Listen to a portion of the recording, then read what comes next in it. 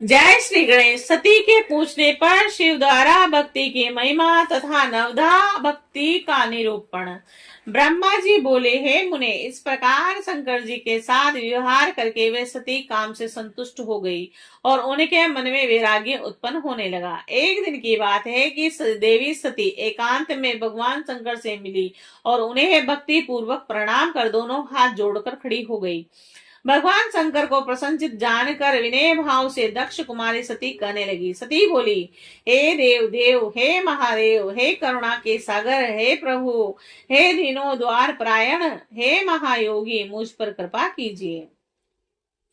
आप परम पुरुष हैं और इस जगत के स्वामी हैं। रजोगुण तमोगुण सत्व गुण से परे हैं, निर्गुण हैं और सगुण भी हैं और सबके साक्षी हैं, निर्विकार हैं और महाप्रभु हैं। मैं धन्य हूँ जो आपकी कामनी और आपके साथ सुंदर व्यवहार करने वाली आपकी प्रिया हुई। हे स्वामी, हे हर, आप अपनी भक्त वत्सलता के कारण ही मेरे स्वामी हुए हैं। हे नाथ, मैंने आपके साथ बहुत दिनों तक व्यवहार किया। हे महेश्वर, इससे मैं संतुष्ट हो गई हूँ।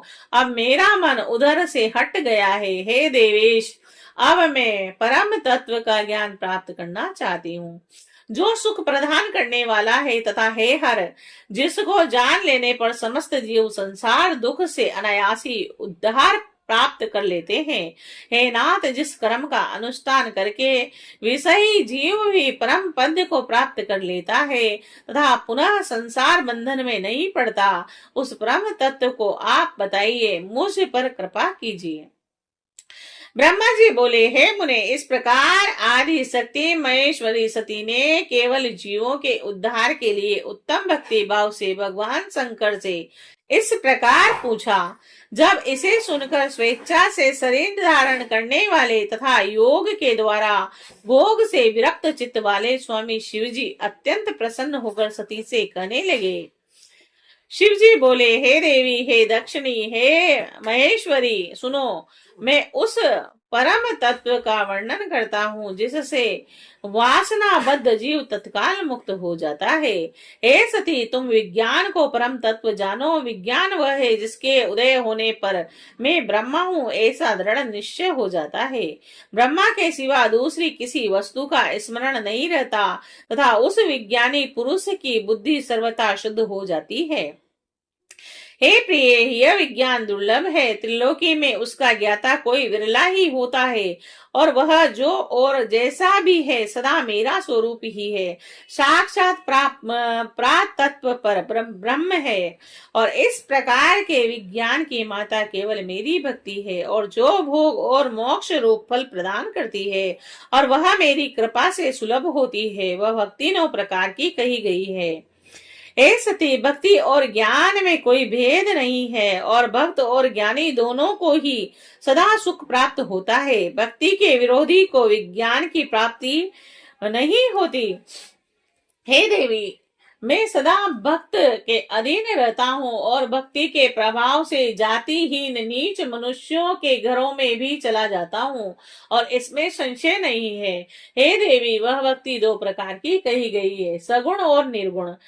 जो वेदी अर्थात शास्त्र विधि से प्रेरित और स्वाभाविक की भक्ति होती है वह श्रेष्ठ है और इसमें भिन्न जो कामना मूलक भक्ति है वह निम्न कोटि की कही गई है। सगुण और निर्गुण भक्ति, यह दोनों प्रकार की भक्तियां नैष्टिक की और अनैष्टिक की के भेद से 2 प्रकार की हो जाती है। नैष्टिक की भक्ति 6 प्रकार वाली जाननी चाहिए। अनैष्टिक की 1 प्रकार की ही कही गई है। विद्वान पुरुष विवाहिता और अविवाहिता आदि भेद से उसे अनेक प्रकार की मानते हैं और इस निर्विध भक्तियों के बोध से भेद प्रभेद होने के कारण इनके तत्व का अन्यत्र वर्णन किया गया है। हे प्रिय, हे मुनियों, में सगुण निर्गुण दोनों भक्तियों के 9 अंग बताए गए हैं। एक दक्षिण नंदनी, मैं उन 9 अंगों का वर्णन करता हूँ, तुम प्रेम से सुनो। हे देवी, श्रवण, कीर्तन, स्मरण, सेवन और दास्य, अर्चन, सदा मेरा वंदन और संख्य और आत्मसमर्पण। विद्वानों ने भक्ति के 9 अंग माने हैं, हे शिवे। इसके अतिरिक्त उस भक्ति के बोध से उपांग भी कहे गए हैं। हे देवी, अब तुम मन लगाकर मेरी भक्ति के 9 अंगों के पृथक पृथक लक्षण सुनो, जो भोग तथा मोक्ष प्रदान करने वाले हैं। जो स्थिर आसन पर बैठकर तन मन आदि से मेरे कथा कीर्तन आदि का नृत्य सम्मान करते हुए प्रसन्नता पूर्वक अपने श्रवण पुट्टों से उसका पान किया जाता है, उसे श्रवण कहते हैं। जो हृदय काक्ष के द्वारा मेरे दिव्य जन्म एवं कर्मों का चिंतन करता हुआ प्रेम से वाणी द्वारा उनका उच्च स्वर से उच्चारण करता है, उसके इस भजन साधन को कीर्तन कहा जाता है। ए देवी, मुझ नित्य महेश्वर को सदा और सर्वत्र व्यापक जानकर संसार में निरंतर निर्भय रहने को स्मरण कहा गया है। हे निर्गुण स्मरण भक्ति है। अरुणोदय काल से प्रारंभ शयन प्रयतन तत्पर चित्त से निर्भय होकर भगवद विग्रह की सेवा करने को स्मरण कहा जाता है। यह सगुण स्मरण भक्ति है। हर समय सेवे की अनुकूलता का ध्यान रखते हुए हृदय और इंद्रियों से जो निरंतर सेवा की जाती है, वही सेवन नामक भक्ति है। और अपने को प्रभु का किंकर समझकर हृदय अमृत से भोग से स्वामी का सदा प्रिय संपादन करना दास्य कहा गया है। अपने को सदा सेवक समझकर शास्त्रीय विधि से मुझ परमात्मा को सदा पाद आदि 16 उपकारों का जो समर्पण करता है, उसे अर्चन कहा गया है। वाणी से मंत्र का उच्चारण करते हुए तथा मन से ध्यान करते हुए 8 अंगों से भूमि का स्पर्श करते हुए और जो इष्ट देव साष्टांग प्रणाम किया जाता है, उसे वंदन कहा गया है। ईश्वर मंगल अमंगल जो कुछ भी करता है, वह सब मेरे मंगल के लिए है, ऐसा दृढ़ विश्वास रखना संख्या भक्ति का लक्षण है। देह आदि जो कुछ भी अपनी कही जाने वाली वस्तु है, वह सब भगवान की प्रसन्नता के लिए उन्हीं को समर्पित करके अपने निर्वाह के लिए कुछ भी बचाकर न रखना अथवा निर्वाह की चिंता से भी रहित हो जाना आत्म समर्पण कहा गया है। मेरी भक्ति के 9 अंग हैं, भोग तथा मोक्ष प्रदान करने वाले हैं और इसमें ज्ञान प्रकट हो जाता है तथा यह साधन मुझे अत्यंत प्रिय है। मेरी भक्ति के अनेक उपांग भी कहे गए हैं, जैसे बिलव आदि का सेवन। इनको विचार से समझ लेना चाहिए। हे प्रिय, इस प्रकार मेरी सोपांग भक्ति सबसे उत्तम है और यह ज्ञान वैराग्य की जननी है और इस मुक्ति इसकी दासी है। हे देवी, भक्ति सर्वदा सभी कर्मों के फलों को देने वाली है और यह भक्ति मुझे सदा तुम्हारे सम्मान ही प्रिय है और जिसके चित्त में नृत्य निरंतर यह भक्ति निवास करती है, वह मुझे अत्यंत प्रिय है। हे देवेशी, तीनों लोकों और चारों युगों में भक्ति के समान दूसरा कोई सुखदायक मार्ग नहीं है। कल युग में तो यह विशेष सुखद और सुविधाजनक है, क्योंकि कल युग में प्राय ज्ञान और वैराग्य दोनों ही ग्राहक के अभाव के कारण वृद्ध और उत्साह शून्य और जर्जर हो जाते हैं। परंतु भक्ति कल युग में तथा अन्य सभी युगों में भी प्रत्यक्ष फल देने वाली है। भक्ति के प्रभाव से मैं सदा भक्त के वश में रहता हूँ और इसमें संदेह नहीं है। संसार में जो भक्तिमान पुरुष है, उनकी मैं सदा सहायता करता हूँ और जिनके कष्टों को दूर करता हूँ। उस भक्त का जो शत्रु होता है, वह मेरे लिए दंडनीय है, इसमें संशय नहीं है।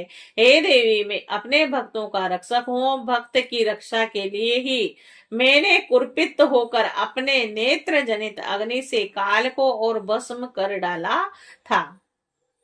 हे देवी, भक्त की रक्षा के लिए मैं पूर्व काल में सूर्य पर भी अत्यंत क्रोधित हो उठा था और मैंने त्रिशूल लेकर सूर्य को भी जीत लिया था। हे देवी, मैंने भक्त के लिए सैन्य सहित रावण को भी क्रोध पूर्वक त्याग दिया और उसके प्रति कोई पक्षपात नहीं किया। हे देवी, भक्तों के लिए ही मैंने कुमति से ग्रस्त व्यास को नंदी द्वारा दंड दिलाकर उन्हें काशी के बाहर निकाल दिया।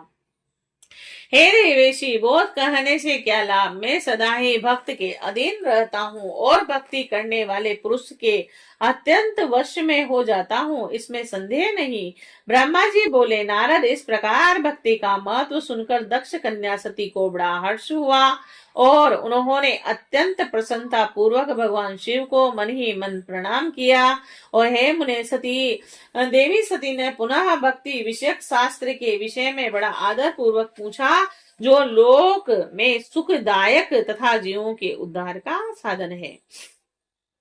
हे मुने, उन्होंने यंत्र मंत्र शास्त्र, उनके महामात्य तथा अन्य जीवों धारक धर्ममय साधनों के विषय में विशेष रूप से जानने की इच्छा प्रकट की। सती के इस प्रश्न को सुनकर शंकर जी के मन में बड़ी प्रसन्नता हुई।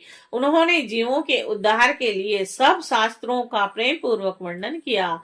महेश्वर ने पांचों अंग सहित तंत्र शास्त्र, यंत्र शास्त्र तथा विभिन्न देवेश्वरों की महिमा का वर्णन किया। हे मुनीश्वर, महेश्वर ने कृपा करके इतिहास कथा सहित उन देवताओं के भक्तों की महिमा, वर्णाश्रम, राजधर्म, पुत्र और स्त्री के धर्म की महिमा, कभी नष्ट न होने वाले वर्णाश्रम, जीवों को सुख देने वाले वेदक शास्त्र और ज्योतिष शास्त्र और उत्तम सामुद्रिक शास्त्र तथा अन्य भी बहुत से शास्त्रों का तत्व वर्णन किया।